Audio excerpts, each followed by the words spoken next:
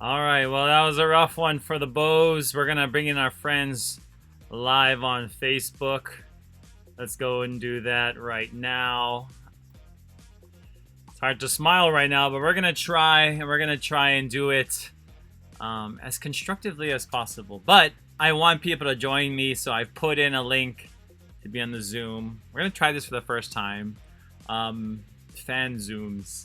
Hawaii Sports Fan Zooms. Or you can call. You can even call if you have a phone number. But let me just make sure everything is going well with my connection. Okay, good. We're live. All right, guys. I've been seeing some of your comments across the interwebs. And let's just say a lot of you are very passionate about what happened in this game. And I think we should talk about it because, first of all, San Diego State is a great team. That's clear. This is not a team that is even at the middle of the Pac West, or the Mountain West. They are solidly one of the contenders every year. So, this isn't just any team. It's San Diego State, so we have to remember that. Number 2 defense in the country. One of the top defenses, I guess, against the run. And they showed their might there.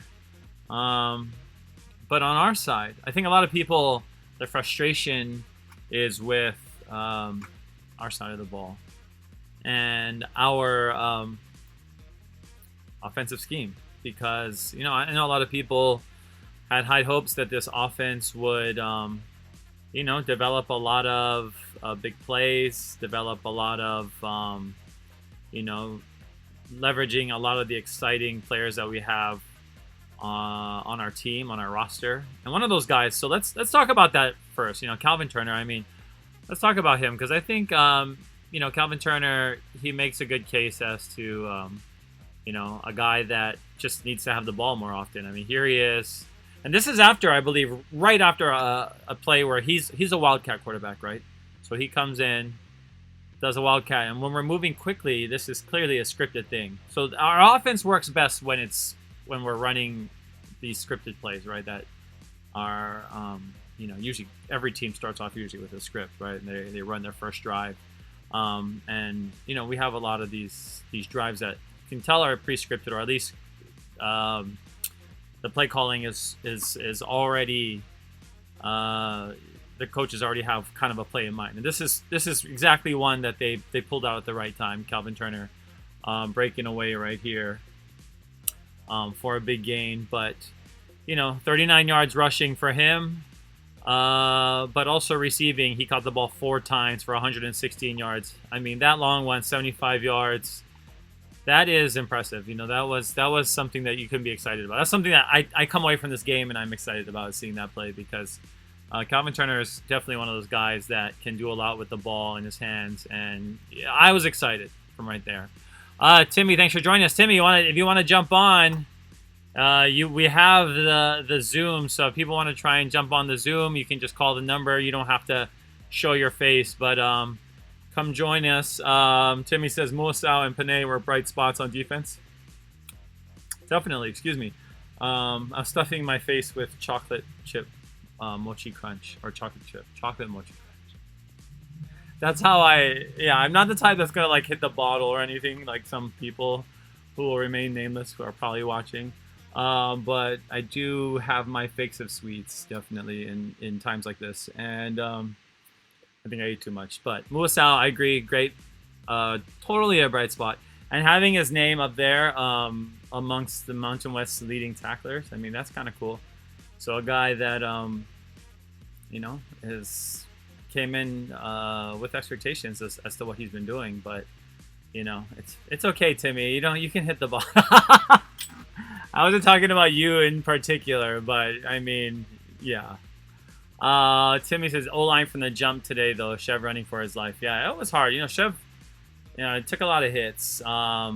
He took a lot of sacks, and that's just the kind of thing that it's just hard to do, So let's see, number of sacks, 7. sacks. Wow. Shevin sacked 7 times. I mean, that is, one of those stats where you're just like, oh gosh, that was not good. But when you look at, the yardage, and we talked about this game, hopefully you can see that. San Diego State, another game where they hold their opponent to less than 300 yards. And we talked about this going in. This is one of the teams, 4 games in a row, they've held their opponent to less than 300 yards. And now 5th game in a row, add Hawaii to their list of victims. So this is a good team on both sides of the ball. I understand everyone's frustration, especially with the offense. At times it just, it's been confusing, I think, since the beginning. And like we said, Fresno State game, was that an anomaly? Was that what the team looks like normally? Because Fresno looks pretty good. Every team in this conference looks good. That's the part that's even scarier, right? Is that San Jose beat San Diego State, and I haven't seen any of the Mountain West scores today, but I know that Fresno is playing right now against Utah State. So we can watch and compare, but the schedule doesn't get much easier, and playing Boise next week on national TV at home, that's going to be a major test. 275 total yards, not going to do it. Definitely not going to do it against San Diego State. 75 of those yards came off of one play, the Calvin Hunter throw, which was great. We need those big plays, and that's what we're used to, right? So he just throws out to Calvin. He's like, in the flats, clearly. I don't know if he was the first option on that play, but the way that they ran that play, we can watch it again. The way that they ran this play, it looks like it's right off the bat. It like Chevin's not looking anywhere else, and it's just Calvin on the flat using his speed, and love how he just jukes defenders. He cuts across the field, great vision. And he just picks the right angle every time too, and that's very important for someone. And he's a very cerebral guy. Obviously, he played quarterback at Jacksonville State, so a guy that can excite us, and hopefully he gets even more of a chance to play with the ball. I'm gonna check some of the comments. How's the comments coming on? Yum, chocolate mochi crunch. Yes, it is very yummy, Jenny, but I have a problem of eating it way too much. Way too much of it. Kelly and Moku say, same online from last year. Online is not O-line from last year. O-line is not a bad O-line. Sorry, I guess it auto-corrected from O-line to online. But their coaching and schemes is not in their favor. Very disappointed with offensive coaching and play calling. And it's hard to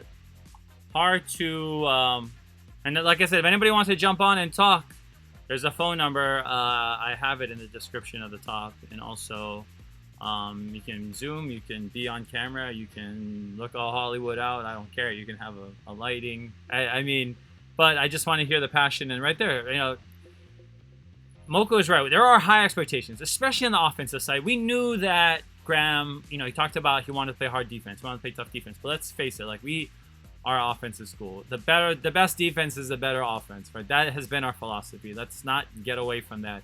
And, on defense, we have a lot of guys that have to play above what they're expected, have to play above their potential, really, just because they're not guys that came in with any stars. And we always knew that was a thing at Hawaii. But, look, a guy like Greg Bell gets into the open field. It's hard to tackle him if you're anybody. But you got to have guys that can match that level of athleticism. And it's just hard. It's just hard. Deanne says this game gave me a headache. Yeah, it gave me a headache too. But I have a stomach ache now from the chocolate chip mochi, so I definitely need to go easy on that. Looks like Timmy has shared a lot of whiskey emojis, looks like, in a cup, so I don't know if that's what he's hitting. But I don't know what you are doing out there, how you're coping with this. But let me know. Jump on the Zoom as well. I'll bring you in and we can talk. Call the number at the top. Call me now. San Diego State 356 total yards. It's not like they just had a field day on offense either. I think our defense didn't play terrible. I don't want to pin this on the defense at all. And I say this even last year. We are an offensive driven team. That's just who we are. Our defense is cherry on top, and that's why beating San Diego State last year 14-11, for instance, and Shevin came into the game in the second half and led that drive, which was only one touchdown, the Jared Smart drive. When you go back to that, that's really how we have to win this game. We either have to dominate them on our defense, or our offense has to score more points. Luckily for us, last year our defense held. But Sky Vodka. Oh, Jolly Rancher Sky Vodka. Okay, that's like Kelly and Moku. I don't know. Is it both of you guys, Mokes, or both of you guys enjoying some Jolly Rancher? That kind of sounds good, actually. Anything with Jolly Rancher sounds good. I guess when you're a kid and you like the taste of Jolly Rancher, then you become an adult and you're like, can I add alcohol to this? But the defense did play hard, but they were in the field way too long. Yes, Dion is correct too, and that's the thing. Our defense was on the field a long time. San Diego State 5 minutes longer in the time of possession, 31-26 to 26-34. In the end, the turnover battle was a wash, but the turnovers were so weird. Like, even San Diego State's turnovers were kind of weird. Like, it was like, why? Like, I don't understand even some of their turnovers. Ours were just bad. Theirs were costly for them as well, because we turned them into points. We had 20 points off of turnovers. So basically, or not 20 points, sorry. What am I reading? Oh, 6 points off of turnovers. Did I say 6? Well, we gave them a pick 6. Sorry, I'm trying to read this box score at the same time. We lost 2 fumbles. got sacked 7 times. We sacked him 1 time. I mean, that's great. I mean, that is one of those things that you're just like, what can you do? On the receiving end, Shevin last week had 9 different receivers that he hit. This week, 1, 2, 3, 4, 5, 6, 7, 8 receivers. So still throwing to a lot of different guys. I saw that he threw in Marner's direction. That Marner catch, I showed that in the first half, was that one that was kind of went over the shoulder, and Marner dropped that one. But those are the kind of balls that they got to hit on. Nolan says, okay, going back with you, just me, the Christmas decorator. Love that whoever streakingly streamed had almost 19,000 from, wow, yeah, and whoever was streaming it had 19,000. John Panokia is watching us, and Josh had a good catch. So, he's getting a lot of guys involved, Shevin, but something is going on the offensive side. This game would not hurt us that much. We need to just win and play hard. Just try to imagine if we had spring practice and not fall practice. Yeah, obviously yes. And we talked about this before. It's hard, and I talked about this at halftime. You watched my halftime show, which was live on YouTube. It's hard when you're changing offensive schemes. It is hard, and there wasn't a chance to really have that transition because there was no spring, and the terminology has changed. And clearly, we as a fan base, and I'm going to generalize. Sorry, I'm throwing most of you in there. Had assumed that the passing would kind of stay up there, right? We kind of just assumed that, we are a passing team, right? And so therefore we're going to stay that way. And then in the first game we had 4 rushing touchdowns. And then we had all these rushing yards. But now people are saying, hey, okay, that's not who we are, right? We have to throw the ball.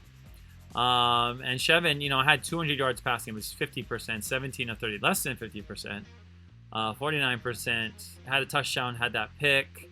That interception that he threw, the linebacker put a really good ball on there. Oh, is somebody trying to get in on the Zoom? Oh, no. I was excited. I thought somebody was going to try and get in on the Zoom. You should. Somebody, there's that Zoom info at the top. But, yeah, I mean, that was a lot of people are, not happy with Shevin as well. But that's a difficult position he was put in as well. I think given how the schemes have changed so much. And how much time he's getting.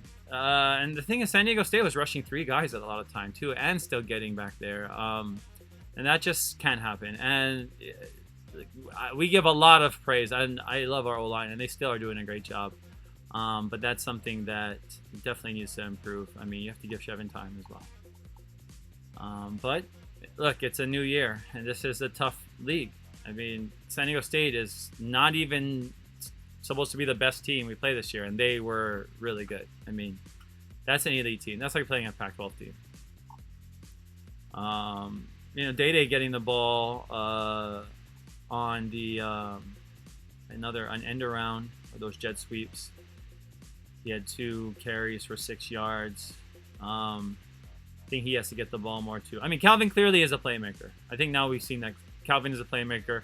We had hoped Rico would get involved more. He's still getting involved. He had 4 catches for 22 yards, but Calvin is the guy that he's gonna be like the you know, like the Taysom Hill of the team, I think Rich Miano used the term Swiss Army knife. Like, that is him. That's Calvin Turner. I mean, when he got that big throw, it was after he had run the Wildcat. After he lined up in quarterback, the play was over. Boom, move out to receiver. Chevin comes, takes a snap, throws right back to him in the flat, and he scores. So, I mean, that's the kind of thing we got to do often. I mean, it's no secret. I don't think you got to hide him. I think now is the time to. I think now we've identified who the ballers are, and Calvin's definitely one of them, and he needs to get the ball. He's a gamer too, which is important. And that's something I think about a lot too. And this is this is not on the coaches, but sometimes coaches don't necessarily know who the gamers are. They see the practice players, and you should play really hard in practice. I encourage everybody to play like in the game, play in practice like you play in the game, which is what everyone should do, right? Always. Maybe not play like a real game when you're at the park and get someone hurt. But when you're practicing, you want to play that well. But look, some guys turn it on in the games. Some guys just know how to turn it on when the lights are on, and when they're on the field, and when the time is ticking, and when they're wearing the uniforms. And that is Calvin Turner. And he's one of those guys. I mean, clearly he just needs to get the ball. I mean, there's nothing to waste here with timing. I mean, now I think we see where the true ballers are. But, you know, Chevin, too, he actually rushed 20 times. Obviously, I think there was only one design of run. Maybe out of those whole 20 attempts, 1 out of 20 was on purpose. But I know there was at least one design run in the second half. Could have been a few more. But even if it was like 4 design runs out of 20, that's still minuscule. So clearly he was just getting rushed a lot. Nolan says, Calvin needs at least 20 or 30 touches each game. Every time he touches the ball, we make the big plays. Yeah, I agree. He's one of those guys that you just know that, you know, if he gets out one-on-one with somebody, he can out-ball them. He can out-athletic them. And Kelly Imoku say, Day get action too, but sparingly used. Yeah, I agree. Day get action. But, you know, Miles Reed, he's a guy that a lot of people have been talking about. He needs to get the ball. He needs to get the ball. And it's true because he's the guy that's been in the offense. He can run north-south.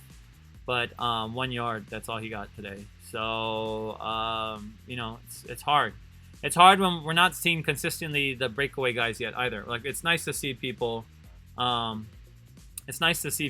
be able to spread the ball out and a lot of guys get involved. But maybe it's time for the ballers to take over. Calvin Turner, clearly one of those guys. I mean, you know, looking at San Diego State and just how, you know, their statistics are ridiculous, you know, and just what they've been able to do on the rushing side. 326 yards, I think 213. How many of those yards were for sorry, I'm looking at our stats right now, but how many of those yards were for Greg Bell? I gotta go and check that out as well.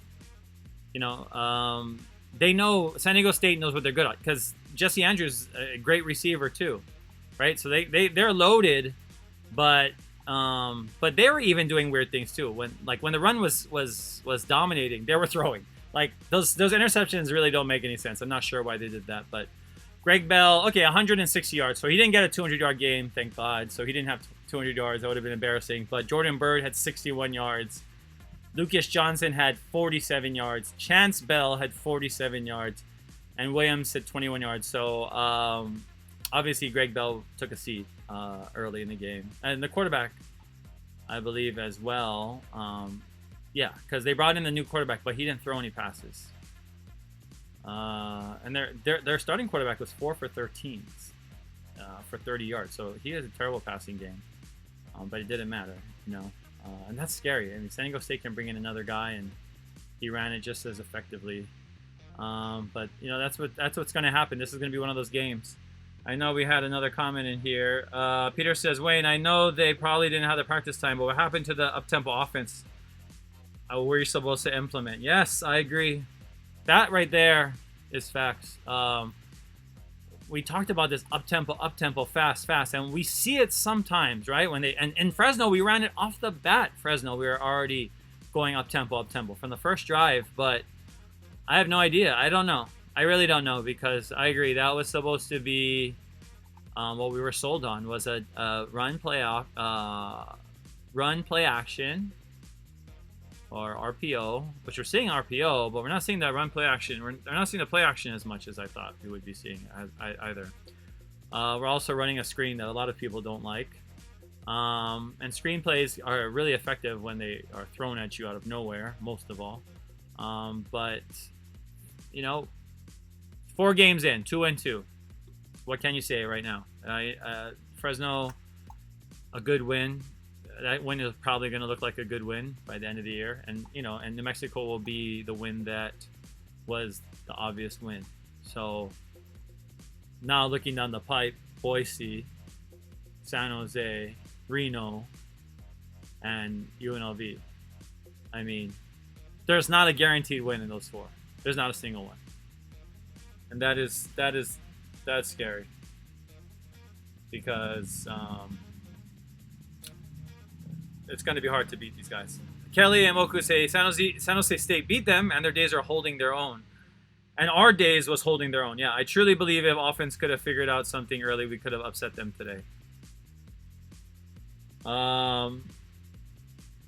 Yep, only 2-2 Nolan says, do you think Calvin better playing quarterback, receiver, or running back? Man, can you just play an offensive position? Maybe he could play difference. Also, reminds me of Scott Harding. I literally was going to say that. Scott Harding. He reminds me of Scott Harding, and he's better. I totally agree.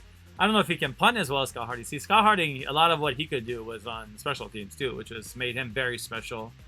But Calvin, I agree. I think how Calvin's being used is the right way to use him. I think if he's ever had to take over a whole series, I don't mind it. If Shevin had to go out a series and maybe Calvin took over an entire series, I wouldn't mind seeing how he would do there, seeing how that would throw off the team. But especially when Shevin is kind of having those moments where it's just not connecting for him. Sometimes he just needs to take a break. I clearly the philosophy for Coach Graham is stay with your man, stay with your quarterback. Even though Shevin does come out when they're running out of their Wildcat, you know, Coach Graham is sticking with him. And I don't know. I think Calvin is probably the best athlete right now on offense that we can see, or that we've been able to see do what he does. Because we don't, you know, 4 games in, we kind of have a pretty good sample size. Now we're halfway through the season already. We kind of have a good sampling of what players can do. And Calvin is a guy that, you know, obviously can do a lot. He has the most rushing yards and pass and receiving yards. He leads the team in both this game. So I think that's a clear indication of a guy that needs to have the ball in his hands wherever he lines up. And he's in college, he's young, and stick him in there, put him in the slot, put him wherever. You know, those jet sweeps, I like those. Or those tosses. Now they do those in the NFL a lot. Those like they out of like the pistol where it's that short toss where the guy's running across, or there's like a toss to the side, like just those quick ones. Like just go, just whatever, and you know, keep the clock running. It's just hard when you're going down by that much in the first half. It's just hard when you're down, especially when you haven't scored at all in the first half. It is difficult. And you know, that was the major difference, was the fact that we just couldn't get ourselves in any kind of rhythm from the very beginning. ESPN had this game as an 85% San Diego State victory, so that's why I don't want to. A loss wasn't unexpected, no. So I don't want to be like, oh gosh, we lost. Like, it wasn't a shocker to lose. Even losing by a lot, I'm not shocked. I honestly saw the potential of us getting blown out this game, and only because their defense is ridiculously good. they have a great defense. Like this is a team that should be in the top 25. I mean, had they not lost to San Jose State, they probably would be in the top 25. But you know, San Jose State is also good, so that's what's gonna have to be you know, watched out for as we go down the season. Looking down the way, San Jose is 3-0. San Jose State, Nevada's 3-0. Boise is 3-0. Literally, the three teams that we have to play are undefeated right now.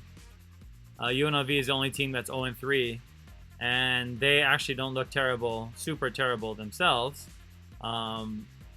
So that's going to be a tough one, and it's UNLV. They're always going to, excuse me, they're always going to play us well. See, I'm hiccuping on my chocolate mochi.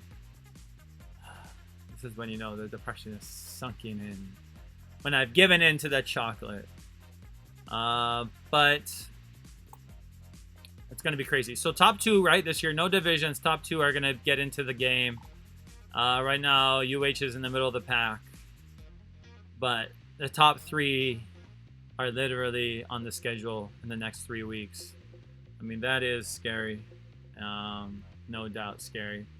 I'm not sure. I know a lot of you are listening to the fan phones as well. I'm sure people are giving some hilarious takes on this game in many ways. And I think, like, you know, for the station themselves, 1420, which does a great job in supporting UH and making sure that they have all the coverage and all the access. But sometimes what people say on those shows, or people that call in, their opinions, some of them are off the wall crazy. But some of them are not able to articulate what they want, right? Because you can't say certain things. So I want everybody to feel comfortable. Say what you got to say. If I got to regurgitate it, I'll regurgitate it on the show. Deanne says, do you see an upset next week? and Moko responded, I'm not even going to say Kelly, because I know Kelly is not a part of this, because it's just Moku just taking control of the Facebook handle right now. Moku says no. Yeah, Boise. It'd just be hard to see. You know, Boise. Oh, I guess Boise lost to BYU, but they don't count that in the ranking. I mean, they got creamed by BYU, but they creamed Colorado State the other night. So, you know, Boise is on a mission again. I mean, they beat Utah State 42-13. They beat Air Force 49-30. They beat Colorado State 52-21. The BYU game, they lost 17-51. BYU is like in the top 10, so that's not even going to matter. But just a tough game, a very tough game next week. And I think it's going to require a lot. If you guys have any other comments, yeah, please call in. I'd love to try this Zoom calling feature as well, and you can just have your audio play. But no, I think a lot of us have been very spoiled, you know, and we haven't been able to. And spoiled might be the wrong word. Look, I've been following this team forever. We mostly lose, so we're not spoiled fans at all. We do deal with a lot of loss, but in recent history, I don't know if we've appreciated the 10-5. 10-5 year was great last year, and losing Coach Rolovich was huge. It didn't matter who we were going to bring in, right? We knew that losing the Mountain West Coach of the Year and a guy who had, you know, spent 4 seasons building this program, it's hard to not see it as a rebuilding year. And I'm not calling it that, but if we go 1-3, which is likely, the likelihood of the next 4 games is 1-3. That's likely, right? So if you're 3-5, you know, that's a rebuilding year. Losing record would be a rebuilding year. And you know, the good thing is you can throw this year out because people can come back. And I'm not saying that's going to happen. I'm just saying, looking at it right now, that's what it looks like. It looks like a rebuild almost, because we're not getting the consistency, especially in offense. Like it's not clicking. That Fresno game, got to go back and watch it. You got to go back and see, you know, was it confidence on the players' part? Was it just the weather was great? There's just a new game where everybody was new, and we just, you know, got Fresno at a good time. You know, was that it? I mean, that could be it as well. But you know, I think that people already knew that going into a season that has these weird coronavirus conditions that you have to play under, it was going to be different. Let's go check in some scores. Second quarter, New Mexico is up on Nevada. That'd be cool. If New Mexico could hold that. They're up 10-3 in Nevada. Final, Fresno, who was 2-1, because they haven't lost since beating us, or since we beat them in week 1. Fresno beat Utah State 35-16. Utah State also fired their coach this past week. And that's a guy that had success there as well. So Utah State, damn, they're there with the standards. Utah State's like, sorry, Gary Anderson.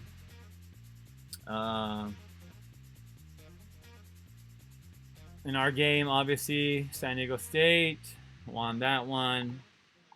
UNLV versus San Jose. That's tonight. So that's a game to watch to see UNLV play.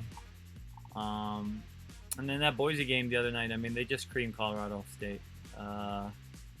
They are a team that's going to be very difficult to play against, because obviously they're Boise, but also because they, they see the opening to winning the conference championship. So they know they have to play well. 291 yards of offense. Actually, they had less yards of offense against Colorado State, even though they won by 5 touchdowns, or 4 touchdowns, 4.5 touchdowns. But they're going to be tough on both sides of the ball. So that's Boise. So the short way, Deanne, to answer your question, no, I don't see it next week, but who knows,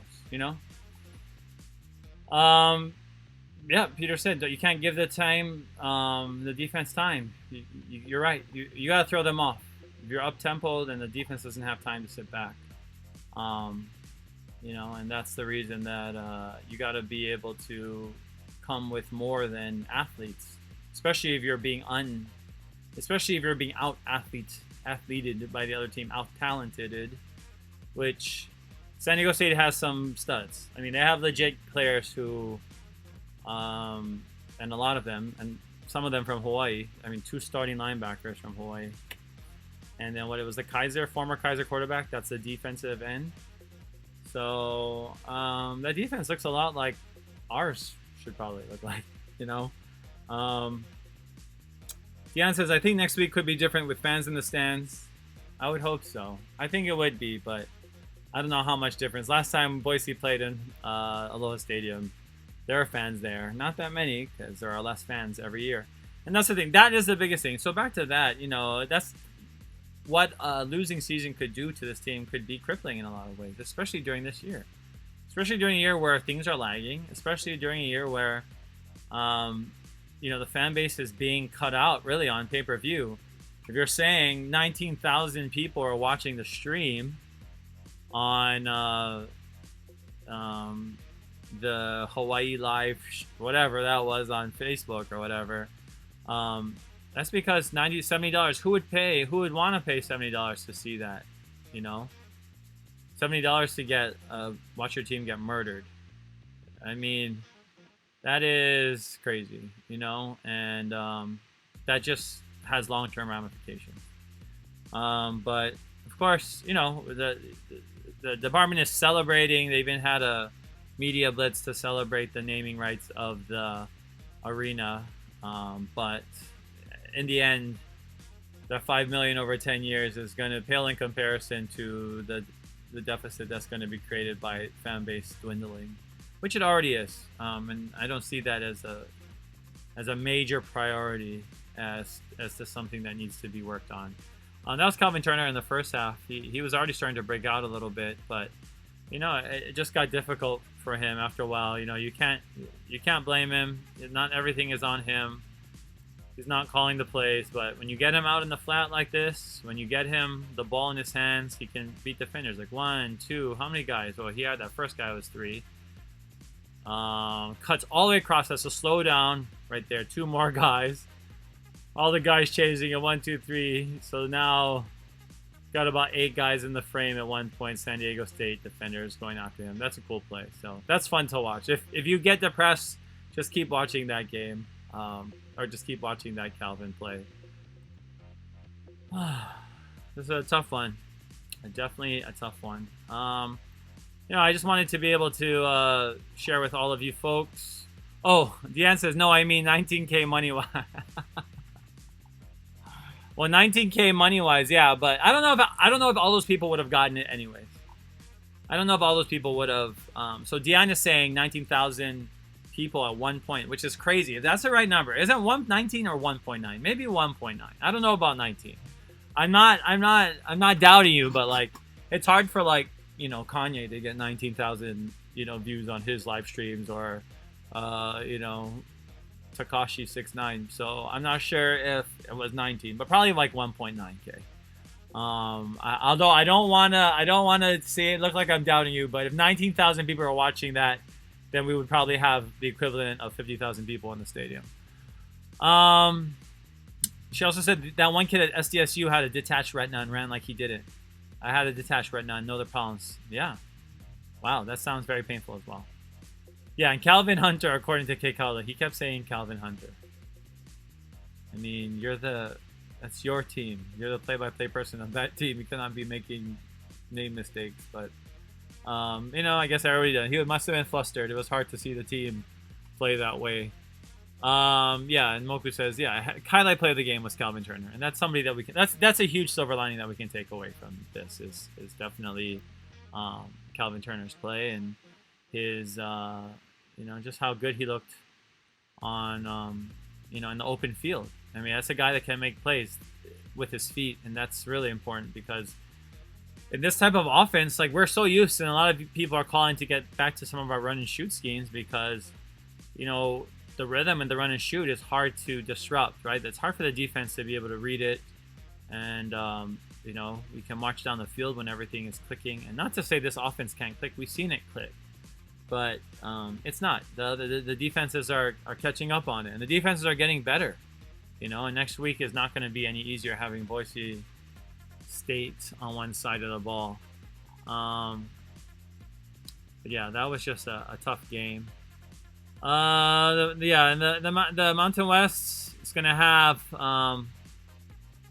some contenders that they didn't have before. Utah State is clearly fallen from the ranks of, you know, the elite teams. But San Jose, are they for real? And today, you know, they have a good game against UNLV, which, you know, they're favored by 16. You've never heard of San Jose being favored by ever, and by that much ever against any team probably, but they're favored. The over/under in that game is 59, so they expect a lot of points. But if you look at their statistical rankings, they're actually 94th, or they're 116th in offense and 57th in defense for rushing, but they're passing. They're 22nd in the country in passing, so averaging 296.3 passing yards per game. So this team is doing what, you know, we were doing, and I think, you know, it's still Colt Brennan's cousin, right? He's over there. Is Brett Brennan still there? But they're actually getting some votes too. San Jose State is on the coaches poll 42nd, and in the CBS Sports, since they have a huge poll, they have 58th. So I mean, we're talking about when the Mountain West teams are usually hovering around the hundreds, to have them 58th like that, that's or as high as 42nd in their coaches poll. That's a good team, you know. That's a good Mountain West team. But let's look at Boise. You know, they're 8th. Their defense is 8th, passing defense 8th in the country. So it's going to be hard to pass against them if we try and do that next week. They're 34th in the AP poll. They dropped a bunch after they lost at BYU. They were in the top 25 until they lost that BYU game. The coaches poll, they're 42nd. So I guess they're tied with San Jose right now in the coaches poll. CBS has them 27th, so they're still a really good team. And then you look at this Reno squad. So Reno is playing right now in Nevada. So if you can follow that game along. I think it's about at halftime right now. Should be halftime. Yeah, just about half. Oh, it's 10-10. So Nevada tied it. It's 10-10. New Mexico has the ball. And Nevada's... Oh, no. Yeah, on the Nevada 30. Nevada 47. Okay, so they're moving the ball. But when you look at the Wolfpack, they're second in the country right now in passing, averaging 397 yards per game passing. So it's like that's where the passing is going. The Mountain West is just not us. The AP poll has them ranked 38th. The coaches poll has them ranked 40th. CBS has them 63rd. So when you look at all those teams, I mean, those are teams that are on the docket. It's going to be hard. Deanne says it was hard to watch Chev roll out right with the defenders multiple times. Yeah, it was like he never had time. There were times when he was just throwing it to the ground, when he's throwing it away, and I thought he did a good job of having to get rid of it when he did, but he's going to end up, like people say, getting hurt. I mean, the more he has to get out of the pocket, the more he is exposed, the greater chance of injury to occur. But yeah, this is going to be a tough road down the way for the both. 4 more games, 3 of them against teams with highly potent, offensive attacks. I mean, Nevada averaging almost 400 passing yards a game. That's really incredible. So you go and see how they're doing right now. Let's see how many passing yards they have right now. They have 115 passing yards right now. So they're a little bit off of their average right now, if we're going to go by the half. But, yeah. They have 2, Dubs and Turner. They have a C. Turner as well on their team. And he has 46 yards of receiving, and Dubs has 47 yards. So Nevada is going to be a scary team to play. We have to play all these teams left. No easy game left. There's no easy game down the road. And UNLV is going to be a tough game anyways, regardless of what the record is. Because the truth is, we could go into that UNLV game at 2-5. That's scary. If 2-5, and if UNLV is winless still at that point, which is possible, wouldn't be good. But I was hoping some of you would come on. Now I'm getting some good messages. Thanks for participating in the live chat. I just wanted to get a good chance to feel people out, hear what they had to say. Obviously, it's not an easy game whenever you lose, but harder when you see your team really struggle. 28-0 in the first half is really difficult to come back from. It's just one of those things that you can't expect the team to totally bounce back from. And that's hard. Shevin sacked 7 times for 64 yards lost. One time it was a fumble loss, so he had a pick 6. He lost the fumble, and that's the same thing we talked about going to this game as well. Obviously, not all of it on him because the O-line, is supposed to be there to protect him, but losing those fumbles, that's huge. That's a big takeaway, and that's hard. That's something that the other teams will always capitalize on when you have turnovers. But we took the ball away 3 times too, so excuse me. Like I said, maybe that's a wash. All right.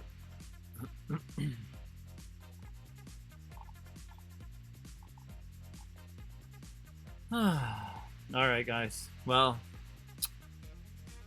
that's it for this week, I guess. I think, it's going to be a tough one down the road. I think we're all going to be very, very interested in seeing how this all plays out, but not an easy one. Not an easy game to be able to feel good about. Obviously, Calvin Turner, we should feel good about that. Feel good about the fact that we have a playmaker, a guy that we can look to, a guy that we can give the ball to. But look at our 3rd down conversion, 3 for 17 on 3rd down. Like, stuff like that is like really bad. But you're playing San Diego State. Be honest, we're playing a good team. We're playing like a really good defense. So not all the hope is gone. We just happen to be playing 3 teams that are probably as good as San Diego State, and those are in the next 3 weeks. So, hopefully the team get home, get back to the island, get ready for the next one. No chance, no buys, no chance to catch up. You just gotta go. The next week starts. So that's what we're going to be looking forward to. But thanks everybody for joining me. If you have a chance, subscribe to us on YouTube as well. YouTube.com/Hawaii Sports Fans. I just got to my 100th subscriber, so that's pretty cool. But if you could be the 101st, that'd be amazing. Or just, continue to support. I would really love Hawaii Sports Fans to be at the games and I think provide some of the coverage that you saw at San Jose, at Fresno, Wyoming. There were fans, so I got to be there as a fan. But it is weird not being in the games, and I don't mind, supporting from afar and helping out as much as I can. And cheering the Bows on from wherever. Actually, I came back to Los Angeles just in case I could get into the game. So I'm in LA, pretty close to the game itself, but not close enough. Clearly, I'm still, sitting in my little studio here. But